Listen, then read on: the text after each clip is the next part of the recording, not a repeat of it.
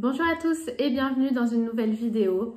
Aujourd'hui je filme en compagnie de bébé parce qu'écoutez, c'est le seul moyen pour moi de filmer aujourd'hui parce que sinon elle ne veut pas être posée toute seule depuis ce matin. Si vous êtes maman et que vous avez un bébé, vous savez de quoi je parle. Pour faire des tâches ménagères, des petites choses comme ça à la maison, quand on est seul avec bébé, votre meilleur ami, c'est l'écharpe de portage ou le porte-bébé. Ça, vraiment, ça peut vous sauver de certaines situations. Aujourd'hui, on est là pour parler de mon postpartum. Il s'est écoulé exactement un mois depuis mon accouchement, puisque aujourd'hui, c'est les 1 mois de mon bébé. Donc voilà, je voulais vous faire cette vidéo aujourd'hui spécialement pour avoir le recul 1 mois après de tout ce qui s'est passé, des douleurs que j'ai pu ressentir, du corps qui a changé, le moral où ça en est, la fatigue, etc. Donc je vais vous parler de tout ça dans cette vidéo. Tout d'abord, si vous n'êtes pas encore abonné à ma chaîne et que vous regardez mes vidéos, je vous invite à vous abonner puisque je sors des vidéos 2 fois par semaine et comme ça, vous ne les louperez pas. De plus, on commence à être une super petite communauté. Je vous remercie puisque c'est grâce à vous. Et j'arrête de parler, je commence cette vidéo. Je vais commencer par les douleurs que j'ai pu ressentir vraiment les jours qui ont suivi l'accouchement, je dirais pendant les 2 premières semaines. Alors, j'avais déjà le périnée lourd, je m'explique. Quand vous marchez après votre accouchement ou que vous portez des choses un petit peu lourdes, vous avez une sensation de lourdeur en fait au niveau du bas et c'est tout à fait normal puisque vous venez d'accoucher. Donc, il est vraiment conseillé aux femmes de bien se reposer, de ne pas trop en faire après l'accouchement. Vous ne devez pas marcher pendant longtemps, trop être active, etc. Et il faut éviter de porter des charges lourdes puisque plus vous allez porter, plus vous allez avoir cette sensation de lourdeur. Ensuite, je dirais ce qui, moi, m'a le plus dérangé dans les jours d'après l'accouchement, c'est des seins extrêmement douloureux dus à la montée de lait. Mais vraiment, ça faisait très très mal et je ne m'attendais pas du tout à ça. On m'avait parlé que oui, il y a la montée de lait qui se fait 3-4 jours après l'accouchement, mais on m'avait pas dit que c'était extrêmement douloureux. Pour ma part, j'ai eu les seins qui ont vraiment triplé de volume, mais vraiment très très très dur et hyper douloureux quoi.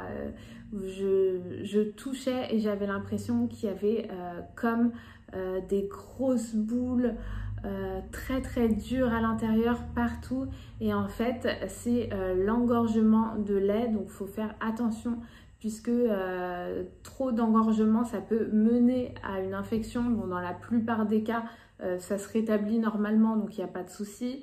Pour ma part j'ai pas eu de complications, tout s'est rétabli quelques jours plus tard. Mais sur le moment, vous avez l'impression que ça ne va jamais dégonfler, que la douleur est horrible, mais vous avez mal H24 quoi. Peu importe ce que vous faites, vous avez très très mal. J'ai même eu envie, comme j'avais vu un petit peu sur internet, de vider un peu son lait sous la douche, sous l'eau chaude. Et en fait, je vous le déconseille parce que même si ça peut vous apaiser un petit peu sur le moment, tellement c'était énorme et dur, moi j'avais presque rien qui coulait. Mais surtout, si vous n'allaitez pas, en tout cas, plus vous stimulez vos seins, plus le cerveau va produire du lait en fait.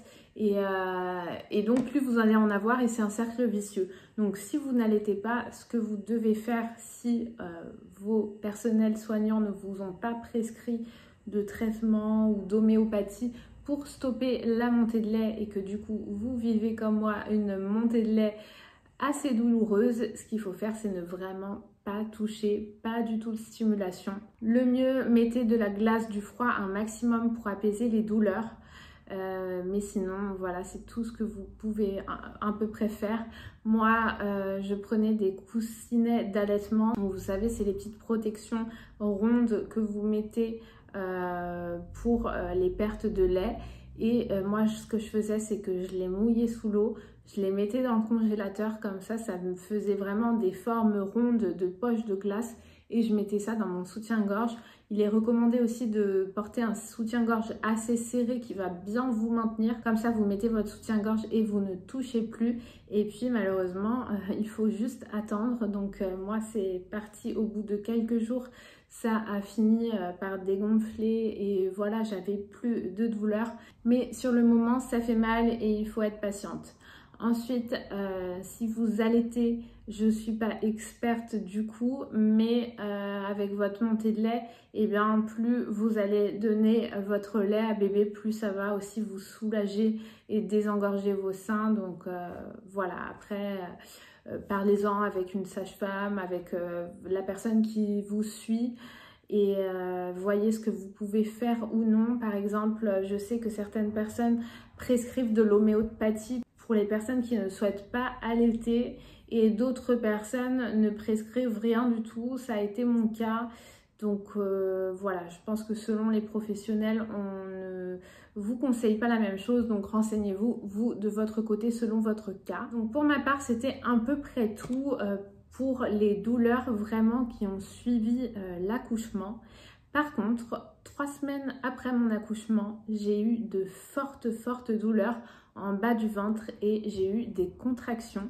Ce sont ce qu'on appelle les tranchées, donc c'est les contractions d'après l'accouchement. Et oui, on pense en avoir fini après l'accouchement, mais non. Limite, on a des contractions de la même intensité que avant l'accouchement. Normalement, en tout cas, c'est ce qu'on dit, elles doivent survenir dans la semaine d'après accouchement. C'est vraiment dans les jours qui suivent, les jours vraiment très proches.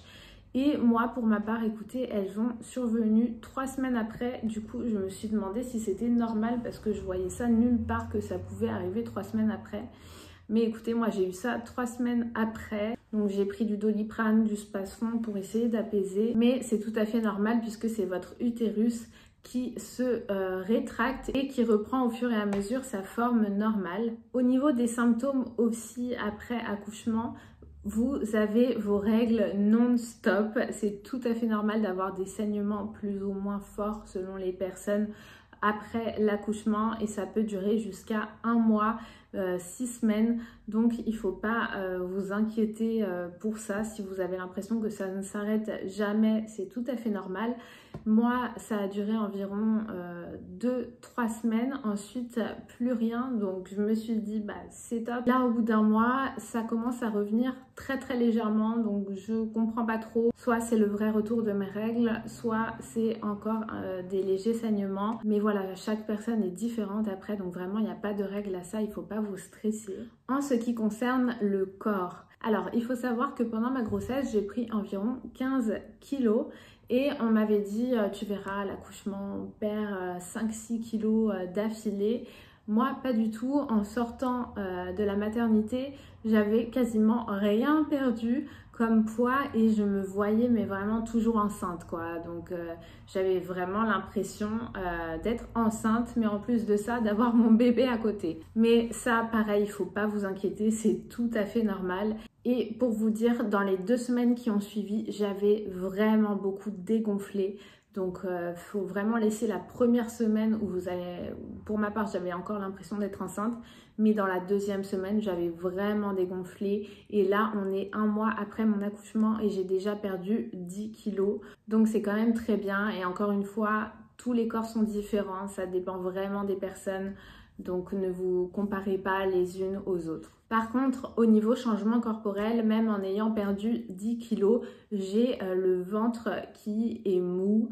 Vous avez la sensation d'un ventre vide parce que oui, pendant 9 mois, vous avez porté votre bébé à l'intérieur de vous et là, d'un coup, se retrouver sans, ça peut être aussi déroutant pour vous. Donc, vous avez un peu cette sensation. J'ai les hanches qui se sont élargies. C'est normal aussi puisque un bébé est passé par là, votre corps est vraiment bien fait, il s'adapte et se prépare vraiment bien pour l'accouchement. Même si vous avez des hanches très étroites, en général votre corps va s'élargir pour laisser place à bébé dans la plupart des cas. Et un autre petit symptôme également, c'est que pendant la grossesse, vers la fin de grossesse, je dirais plutôt vers le dernier trimestre, j'ai la ligne brune qui a commencé à bien apparaître sur mon ventre. Ça aussi, c'est tout à fait normal pendant la grossesse. Et en fait, il faut savoir que vous ne la perdez pas tout de suite après. À l'heure actuelle, j'ai encore cette ligne sur le bas-ventre qui n'est toujours pas parti et je me suis renseignée, ça peut rester encore plusieurs mois après votre accouchement. Donc ça c'est pareil, il ne faut pas s'inquiéter. Ce sont tous les petits changements qui ont permis à votre corps de donner la vie à votre enfant. Donc vraiment, il ne faut pas le prendre d'un côté négatif. C'est beau la grossesse et c'est beau de donner la vie. Donc vous n'avez pas à vous torturer l'esprit, vous n'avez pas à culpabiliser de votre corps. Il y a plein de femmes qui disent « Oh là là, mon corps est devenu horrible, j'ai des vergetures, j'ai ceci, j'ai cela ». Mais en fait, il faut le voir vraiment positivement puisque votre corps a vraiment servi à donner la vie à un petit être humain, à votre bébé, à votre enfant. Donc c'est la plus belle chose qui puisse arriver au monde et vous ne devez vraiment pas vous culpabiliser pour ça, même être triste. On dit souvent qu'il faut 9 mois pour donner la vie, mais également 1 an à notre corps pour s'en remettre. Donc chaque chose dans son temps, tout va se rétablir petit à petit. C'est normal, il ne faut pas être pressé ni précipiter les choses. En ce qui concerne la fatigue, parce que oui, dans tous les cas, vous allez ressentir une forte fatigue, sauf si vous avez l'habitude de jamais dormir et que vous pétez la forme même sans dormir, mais sinon c'est très rare. Vous allez ressentir de la fatigue puisque forcément déjà vous venez d'accoucher, vous accueillez votre bébé, vous ne dormez plus de nuit normale. Si vous arrivez à vous reposer la journée dès que bébé dort, tant mieux, puisque c'est là où vraiment vous avez la possibilité de récupérer du sommeil. Mais si comme moi, vous avez du mal à dormir en pleine journée quand bébé dort, puisque vous avez la fâcheuse tendance à vouloir profiter pour faire autre chose quand le bébé dort, eh bien vous allez être forcément fatigué. Moi, c'est ce qui s'est passé puisque j'arrivais pas à m'endormir la journée et la nuit, il faut pas croire que vous allez faire vos nuits normalement. Non, pas du tout. Même si vous êtes deux et que votre conjoint ou la personne qui vous accompagne prend le relais, vous êtes forcément à côté, vous allez entendre bébé pleurer, vous allez vous aussi vous lever, devoir lui donner à manger, faire ses soins en pleine nuit, c'est vraiment pas facile. Quand quelqu'un vous réveille comme ça dans votre sommeil, et forcément ça va jouer sur votre fatigue, sur votre morale, sur votre énergie. Donc la fatigue c'est quelque chose à ne pas négliger puisque ça peut engendrer tout un tas d'autres symptômes et de toute façon les premiers mois de bébé on ne dort pas correctement. Après encore une fois ça dépend des bébés, il y a certains bébés qui font leur nuit très très tôt mais d'autres très très tard, donc encore une fois ça dépend. Et dans tous les cas, dans le début en tout cas, le tout début, bébé a besoin de manger régulièrement donc il va forcément se réveiller la nuit. Et vous allez devoir donner 1, 2, voire 3 biberons en pleine nuit. Donc il faut vraiment se préparer à ces nouvelles nuits de votre vie. C'est tout votre rythme qui va changer. Vous allez devoir vous adapter à bébé. Vous allez devoir réorganiser vos journées. Et surtout, vous allez devoir vous adapter à ce nouveau rôle que vous avez, qui est être maman. Ça paraît tout bête quand je le dis comme ça, mais quand c'est votre premier enfant, c'est vraiment ça. C'est du jour au lendemain, vous devenez maman et il faut s'adapter à ce nouveau rôle. C'est beaucoup de bonheur, mais au début, vous pouvez aussi vous poser plein de questions. Donc voilà, faut pas hésiter aussi à discuter avec des personnes de votre entourage, avec des professionnels si ça va pas, si vous avez des doutes, des questions. N'hésitez pas aussi à me poser des questions si vous en avez, si ça peut vous aider, vous rassurer. Il n'y a pas de problème, j'essaye de répondre à tout le monde. Vous allez devoir aussi adapter votre vie de couple puisque vous ne pourrez pas faire les mêmes choses n'importe quand. Plein de choses où vous allez devoir vous adapter. Bien sûr, vous pouvez continuer à sortir, c'est même conseillé puisque il ne faut pas non plus vous enfermer parce que là aussi ça peut jouer sur le moral. Mais pour vos sorties, il va falloir prévoir peut-être des horaires différentes, avoir donné à manger à bébé avant de sortir. Je me suis assise autrement, j'espère que vous allez toujours me voir à peu près dans le cadre parce que j'avais trop mal aux pieds, donc là je viens de me mettre en tailleur. Et on continue, donc oui je vous disais pour les sorties, voilà, faut juste s'adapter, donc c'est-à-dire emmener un sac à langer avec tout le nécessaire pour bébé pour pouvoir vous en occuper sur place. Vous sortez forcément beaucoup plus chargé qu'avant. Les horaires, il faut adapter. Pareil, dans votre journée, vous n'allez plus peut-être dîner en tête-à-tête. Bah non, il y a peut-être quelqu'un qui va donner à manger à bébé pendant que l'autre en profite justement pour manger. Puis ensuite, l'autre prendra le relais, l'autre peut aller se coucher plus tôt pour inverser, etc. Au début, vraiment, vous trouvez votre propre organisation, vous faites un peu comme vous pouvez. Là, par exemple, je ne sais pas quelle heure il est, mais il est presque 13 h. Je n'ai toujours pas mangé, mais parce que il fallait que je donne d'abord à manger à bébé. Ensuite, je voulais tourner cette vidéo ce matin, mais je n'ai pas réussi parce qu'il fallait vraiment que je m'occupe de bébé qui ne dormait pas, donc il fallait que je sois présente pour elle. Maintenant qu'elle est calme, je la prends contre moi parce que sinon elle n'était pas d'accord à rester seule. Donc voilà, je m'adapte vraiment au rythme de mon bébé. Mais après, c'est pas dérangeant, c'est un coup à prendre. Et il faut également s'adapter à tous ces changements émotionnellement, puisque c'est pareil, c'est plein de perturbations d'un coup. Ça peut engendrer des émotions différentes. Vous pouvez être beaucoup plus sensible qu'avant. La fatigue joue aussi là-dessus. Vous pouvez également avoir le baby blues après votre accouchement. Moi, pour ma part, je ne l'ai pas vraiment eu. C'est vrai que tout de suite après l'accouchement, j'étais beaucoup plus émotive et sensible. Je pleurais plus facilement, mais c'était plutôt par rapport à mon bébé, par rapport à l'accouchement que j'ai vécu, par rapport à toutes ces émotions merveilleuses qu'on ressent d'un coup. Dès que j'y repensais, eh ben, je pleurais, j'avais les larmes aux yeux, tellement c'est fort ce qu'on ressent. Mais voilà, je n'ai pas eu de pleurs de tristesse, on va dire. C'est vraiment de pleurs d'émotion, de changement de vie, de vraiment réaliser. Mais beaucoup de femmes peuvent avoir un baby blues plus ou moins fort, c'est tout à fait normal. Le tout, c'est que ça ne dure pas sur la longueur. Si jamais vous voyez que ça dure 1 mois, 2 mois, là vraiment n'hésitez pas à en parler à un professionnel aussi qui pourra peut-être vous rassurer dans vos peurs, et n'hésitez pas aussi à en parler à la personne qui vit avec vous, puisque elle est là aussi pour vous épauler et vous accompagner. Pour le baby blues, c'est vrai qu'on subit tous ces bouleversements hormonaux, donc c'est tout à fait normal, surtout qu'on a été suivi pendant toute notre grossesse et d'un coup, après l'accouchement, à votre retour chez vous, on a l'impression qu'on nous dit au revoir, ça y est.